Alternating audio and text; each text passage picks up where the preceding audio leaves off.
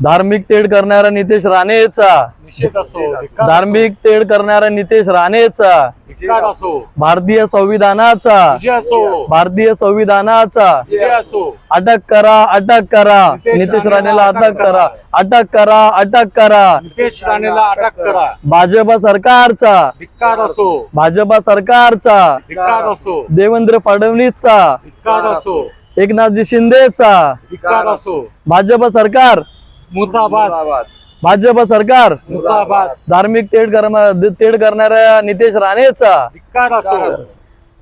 4 आणे 8 आणे 12 आणे नितेश राणे, तुला मी सांगू इच्छितो, तू जे बोलतोय ना, तुला याला मागत पडणार आहे. तुला असं वाटत असेल की तू सुरक्षित आहे, पण हे सुरक्षा पण हे फक्त आमच्या पोलीस बांधवामुळे तुला सुरक्षा भेटतीये.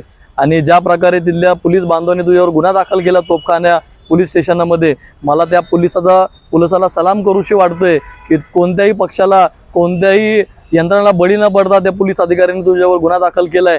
त्याचप्रमाणे गुन्हे अख्ख्या महाराष्ट्रभरात आणि अख्ख्या देशाभरात आम्ही तुझ्यावर दाखल करू आणि आम्ही कोर्टात पण हिची दाद मागू की असा व्यक्ती कसं काय बोलू शकतो. 2 समाजामध्ये भांडणं लावायचं काम हा व्यक्ती, भाजपचा कार्यकर्ता, भाजपचा आमदार हा का बोलू शकतो. कुठंतरी हे षडयंत्र आहे. नरेंद्र मोदी, अमित शहा आणि इथले देवेंद्र फडणवीस यांनी कुठंतरी हिला स्क्रिप्ट करून दिलेली आहे. हा स्क्रिप्ट वाचून दाखवतोय अशी आम्हाला शंका आहे. त्वरित याच्यावर कारवाई करण्यात यावी. समाजामध्ये जर कुठेही ह्याचं प्रतिसाद उमटलं तर ह्याचं नुकसान लय मोठ्या प्रमाणात नितेश राणे तुला होईल आणि तुझ्या पक्षाला होईल. ह्याची इथं मी माहिती तुला देऊ इच्छितो. थांबतो. ही महाराष्ट्राला लागलेली जी कीड आहे, त्या किडेला एवढंच बोलू इच्छितो की 1857 पासून आणि 1790 पासून देशाच्या स्वातंत्र्यासाठी आम्ही कोट्यावधी लोकांनी आमच्या हे आपल्या प्राणांची आहुती दिलेली आहे. एवढा मोठा तू स्वतःला समजू नको. तू दलिंदर आहे रे. शिवसेनेत होता तिथं दलिंद्री लावली, हाकलून टाकलं बाळासाहेबांनी. काँग्रेसमध्ये आलास, काँग्रेसला दलिंद्री लावली. आता यांचा वाटोळा केल्याशिवाय तू राहणार नाही एवढं मला माहिती आहे. आणि सत्यनारायण जे घालतायत ना आता श्रावणामध्ये, नक्की ते लोक त्यांचं काम चांगलं करतायत, सत्यनारायण घालतायत, पण पक्ष तुझा सत्यनारायण करून तुला घरी बसवल एवढंच बोलू इच्छितो. बिस्मिल्लाहिर्रहमानिर्रहीम.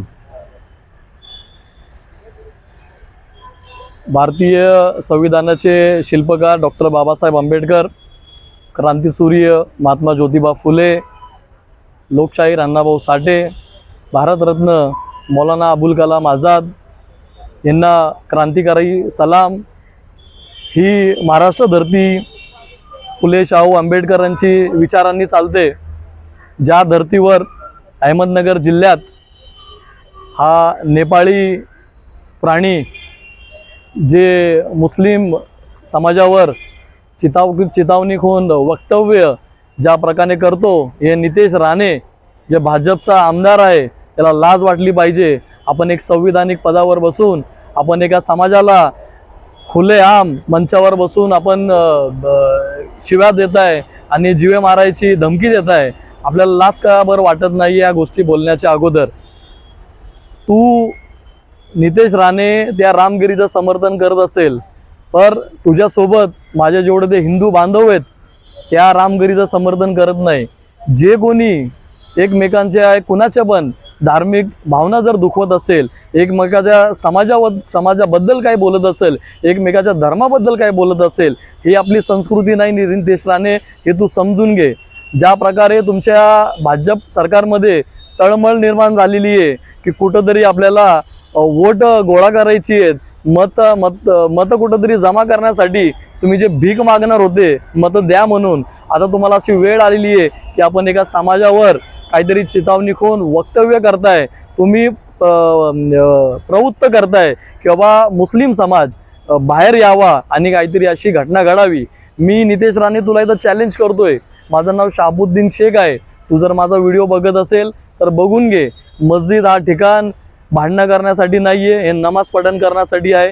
मंदिर पण तसंच आहे आणि चर्चला जर गेलं तर आपण तिथं एक शांतीसाठी आत्मचिंतन करण्यासाठी तिथं आपण जातो. तिथं मुसलमान मस्जिदमध्ये नमाज पठण करण्यासाठी जातोय. तुला तिथं जायची गरज नाही आहे. तुला जर सुरुवात करायची असेल, जे महाराष्ट्र सरकारने तुला जे बॉडीगार्ड दिले, तुला जे पोलीस फोर्स पोलीस ताफा घेऊन तू जे भीतीमध्ये फिरतोय, ते ताफा सोडणी तू एकटा फिर, तुला माहीत पडेल ज्या भारतात तू राहतोय, ज्या महाराष्ट्रात तू राहतोय, हे फक्त आणि फक्त तू संविधानमुळे राहतोय. जे तुला सुरक्षा दिलेली आहे हे संविधानच्या चौकटामध्ये दिलेली गेलेली आहे. जर तुला संविधानावर भरोसा नसेल तर हे सगळं फोर्स काढून घे आणि तू असंच फिर. मग तुला कळेल की कोण कुणाला काय करतोय. तर तू हे जे शब्द वापरलेत, तू हे समाजाबद्दल बोललाय, तर तुझं मी इथं धिक्कार करतो, तुझा निषेध करतोय आणि तुझा पक्षाचा पण निषेध करतोय. आणि राज्याचे गृहमंत्री फडणवीस तुमचाही देखील इथं निषेध करतोय. आपण एक संविधान पदावर बसून तुमचा माणूस म्हणतोय आमचा बॉस सागर बंगल्यावर बसलोय आणि आपण गप्प बसताय. ह्याच्यापेक्षा लाजिरवाणी गोष्ट काय असेल. म्हणजे तुम्ही किती खालच्या स्तरावर जाऊन मतं मागण्यासाठी, कुठंतरी तथाकथित हिंदुत्ववादी वोट जमा करण्यासाठी तुम्ही मुस्लिम समाजावर जे द्वेष तुम्ही पसरत आहात, मी तुमचं इथं कड्या शब्दात मी तुमचा धिक्कार करतोय. आणि पुन्हा एकदा तुला सांगतो नितेश राणे, जर तुला सुरुवात करायची असेल ना, तू एकटा ये. शाबुद्दीन तुला एकटाच काफी आहे. तुला माहीत पडेल की नेमकं तुझे बोललाय किती वाईट बोललाय आणि किती लोकांची मनं दुखवली गेलेली आहेत. जर तुला चॅलेंज करतो मी, तर मी पिंपरी चिंचवड शहरात राहतो. तुझ्यात जर हिंमत असेल तर एकटा येऊन मला टच करून फक्त दाखवावं, मग तुला कळेल की पुढचं काय होईल ते. असल्यावर केले नाही अन्नदान, असल्यावर केले नाही अन्नदान आणि मेल्यावर म्हणे पिंड प्रदान. कसं आहे, जो गच्च असतो, ज्याच्याकडं खूप असतो, परमेश्वराने त्याला खूप दिलेलं असतं, त्याचा आवाज येत नाही. जसे की 100ची नोट, 1000ची नोट, 2000ची नोट जे दुर्दैवाने बंद करण्यात आली परत नोटबंदीमुळं, त्याचा आवाज येत नाही खाली पडली तर. पण आता मार्केटमध्ये, बाजारात आणि समाजामध्ये चिथवणीखोर वक्तव्य करून समाजामध्ये तेढ निर्माण करण्याचं काम 4 आणि 12 आण्याचे चिल्लर खूप करायला लागलेत. अगदी यांच्या किळसाचा उद्रेक झालेला आहे.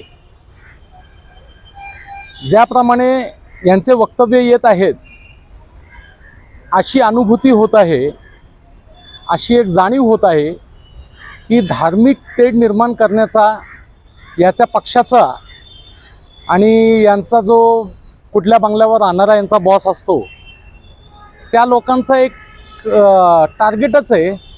एक ह्या लोकांनी असं प्लॅन केलेलं आहे की कुठल्याही परिस्थितीत धार्मिक तेढ निर्माण करून महाराष्ट्रामध्ये जातीय तेढ निर्माण करायचं आहे, जेणेकरून की आपल्याला मतदानामध्ये, इलेक्शनमध्ये फायदा होऊ शकतो. पण दुर्दैवाने तसं होत नाही. महाराष्ट्राची जी जनता आहे ती सुज्ञान आहे. त्या लोकांना स्वतःचं बरं वाईट कळतं.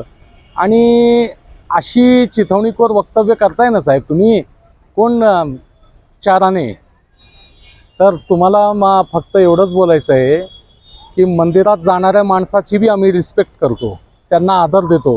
कारण का, तो त्याच्या देवाला मानून आलेला आहे. चर्चमध्ये जाऊन येणारा माणूस आहे, त्यालासुद्धा आम्ही त्याचा आदर करतो, कारण तो त्याच्या देवाला मानून आलेला आहे, त्याच्या मनात शांती आहे. तसाच मस्जिदमध्ये जाणारा माणूस आहे, तो मस्जिदमध्ये जाऊन देवाची उपासना करतो आणि बाहेर येतो शांत मनाने आणि आत्मज्ञान प्राप्त करतो. असं चिथवणीखोर वक्तव्य करत नाही. आणि हे जे वक्तव्य तुम्ही करताय, तर ते तुम्ही दाखवलंच आहे ना. 1991 मध्ये मस्जिद तोडली तुम्ही. आता कोल्हापूरमध्ये तुम्ही निर्लज्जपणा प्रकार केला आहे. आता तुम्ही अजून त्याला हवा देण्यासाठी या गोष्टीला तुम्ही कायच मग बोलताय की आम्ही मस्जिदमध्ये घुसून लोकांवर आक्रमण करू, त्यांना मारू. कसं काय शक्य आहे साहेब? हे शक्य नाही आहे, अशक्य गोष्ट बोलताय तुम्ही.